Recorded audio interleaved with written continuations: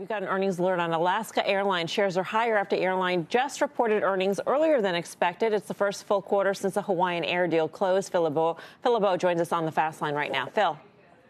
And Melissa, it was a big quarter. The earnings parade continues for the airlines, which had huge numbers in the fourth quarter. Alaska, no different, earning 97 cents a share. That is more than double what the street was expecting at 44 cents a share. Revenue coming in better than expected at $3.53 billion. Now, the revenue per seat mile was lower than expected, and the cost per seat mile was greater than expected. That's really the only thing you can really quibble about in this report. Then there's the guidance for the first quarter of this year. Smaller than expected loss of 50 to 70 cents. The street is expecting a loss right now of 72 cents.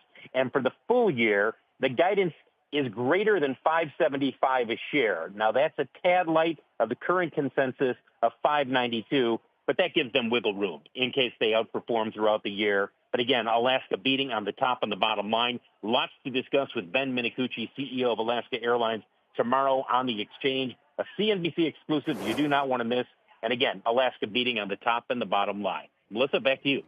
All right, Phil, thank you. Phil LeBeau in Alaska, which is up by 1.7%. Of course, this follows a number of airline stocks which have done quite well this year on the back of strong earnings. Well, in fact, you've got airline companies, whether it's UAL, that have outperformed NVIDIA over the last rolling 12 months. So what's going on in airlines is, and Phil he actually talked through those acronyms, whether it was cost per available seat miles or revenue per available seat miles. So that would be RASM and CASM, because that's what we like to do here. But that's ultimately, what you like to do.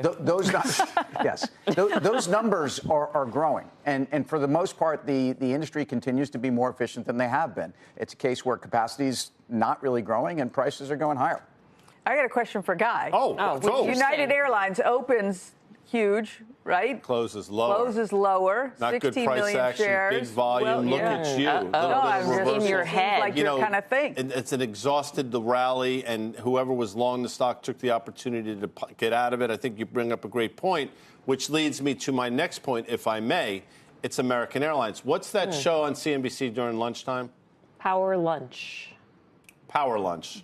That's Well, it depends on when you eat lunch, actually. Well, no, you ask during lunchtime. If you eat lunch at 11, then it's I mentioned money that movers. because I think it was January 6th or 7th that Kelly interviewed the analyst from Jefferies. And then I came on this show and I said, I just saw a great interview earlier today, and the Jefferies analyst upgraded the stock, saying American was to get into higher margin businesses. That's the beta play. And look at American's actually done really well. So American Airlines is completely underperformed. They report tomorrow. I think it's going to start to outperform. Well, it's like the Citibank to JP Morgan trade in banks. I mean, American Airlines has been a disaster over years. It's had a bad balance sheet. They have the most to improve here, so it makes sense. You were mentioning comments about Boeing from Scott Kirby. Oh, yes. I don't know if you watched the Scott Kirby interview, which was very good. He's obviously very positive, but also had some nice things to say about Boeing. You know, they've had some issues, but he felt like Boeing was really banned, by the way. It's the what? And carbed. It's the Z and the acronym. carbed. That actually is an acronym. Banned. Okay, Wasn't it the B in Blicep, too, Liz? You know what? No, that was Baba. That was Baba. Which is the B in your zebra. A in carbed. Anyway, nice comments about the CEO, about morale there. He was visiting them, and he felt like, all right, things are bottoming out at Boeing.